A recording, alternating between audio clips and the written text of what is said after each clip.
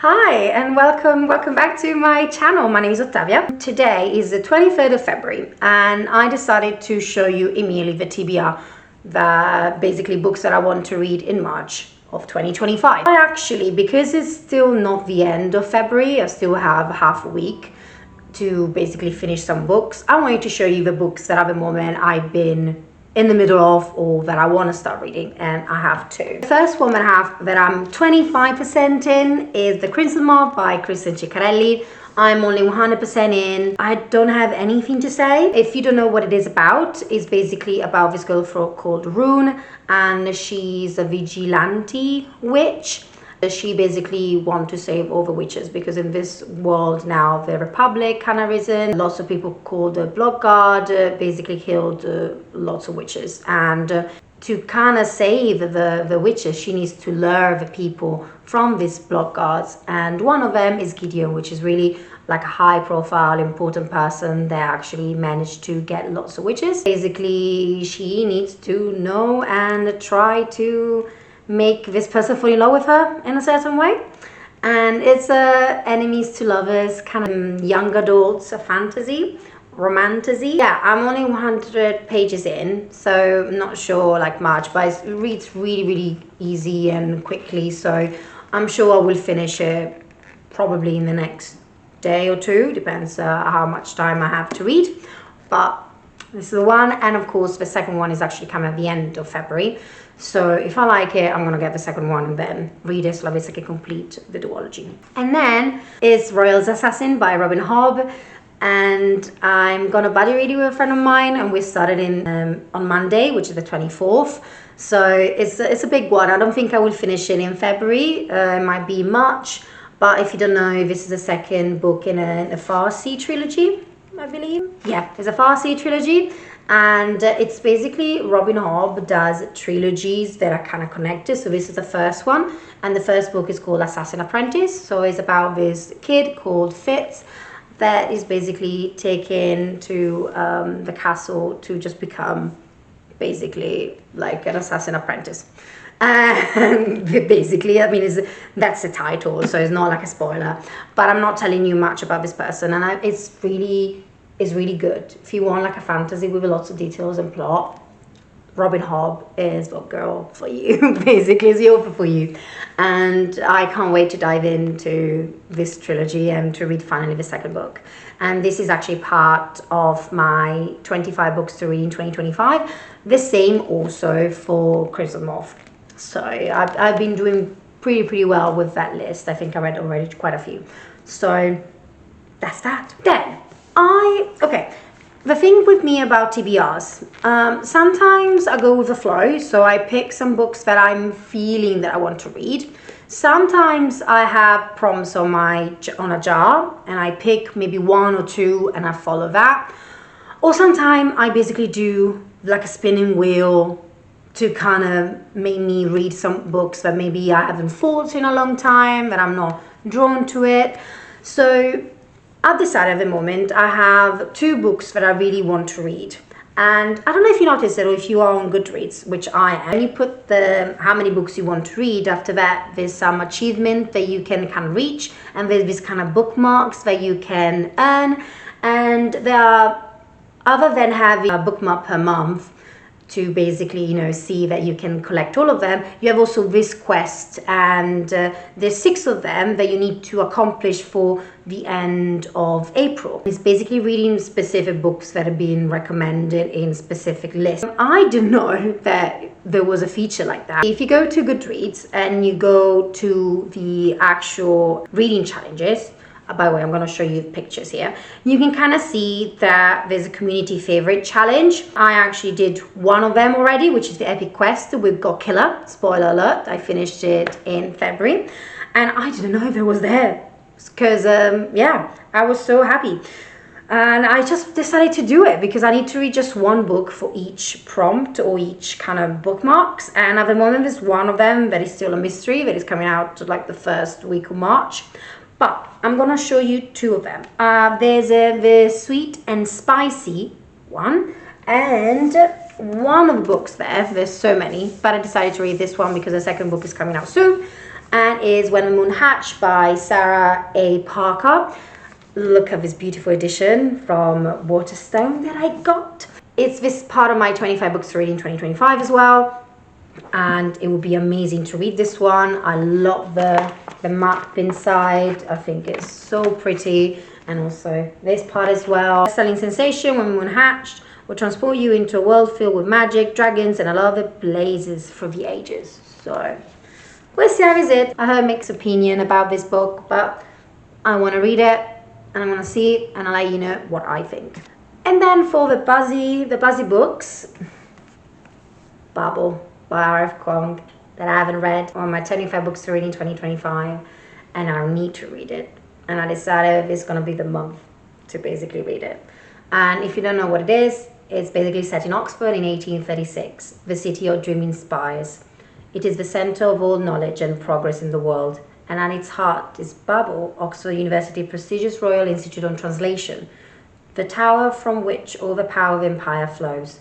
Orphaned in Canton and brought to England by a mysterious guardian, Robin Swift thought Babel a paradise until it became a prison. But can a student stand against an empire? And I'm so excited to read this one. I know there's going to be a little bit of a tough read, but I just can't wait.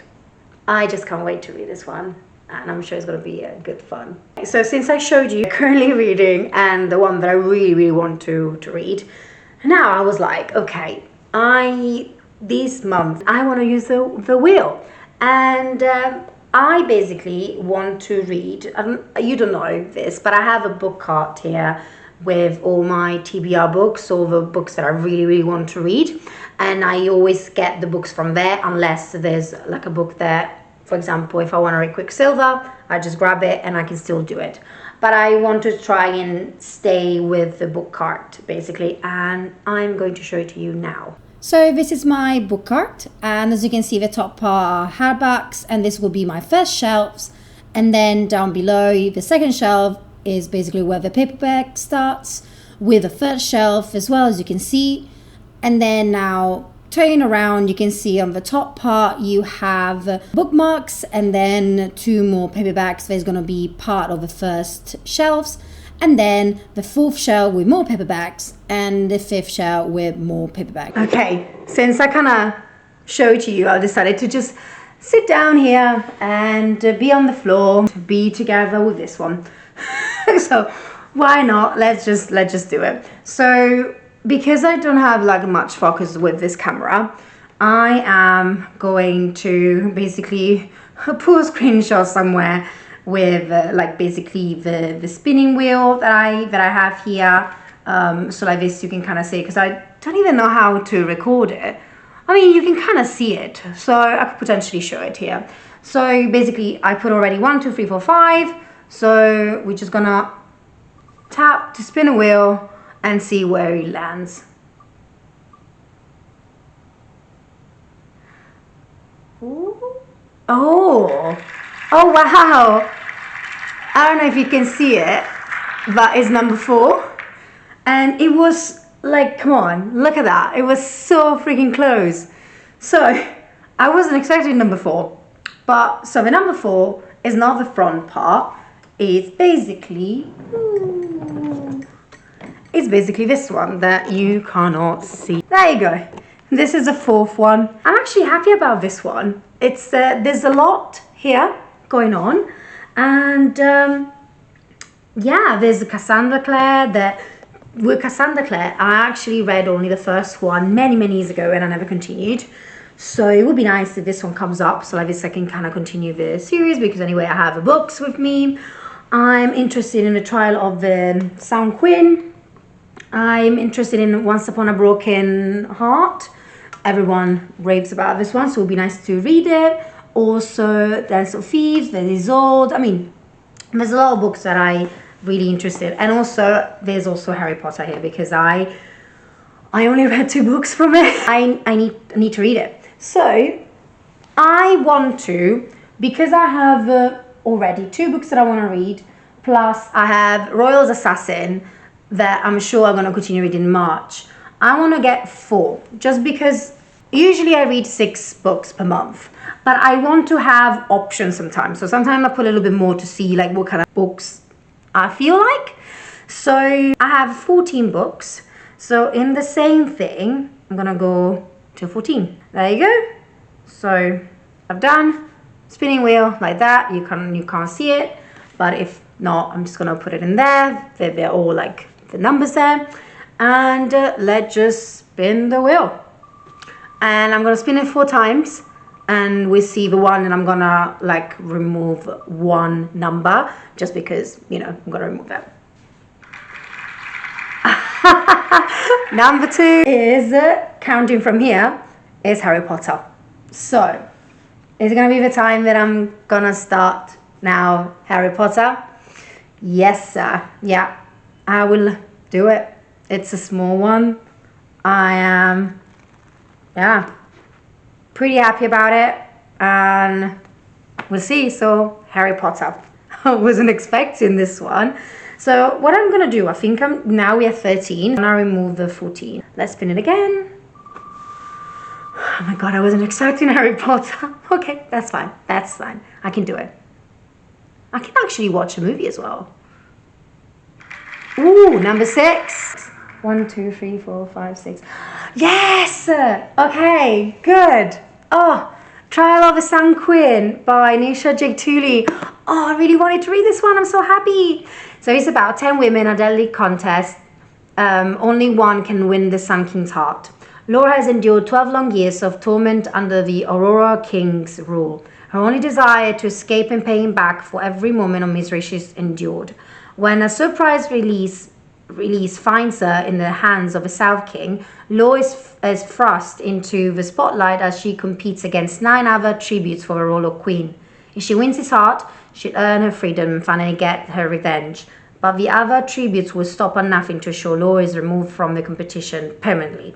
Now Laura must win, because if she loses, she dies. Or worse, she will be returned to the evil and now vengeful Aurora King. So I am excited. I am excited. I believe this is part of a trilogy or a series or duology. I'm not sure, but I'm happy with this pick. Now we have 12.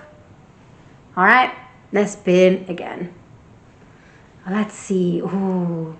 Okay, I don't want to look.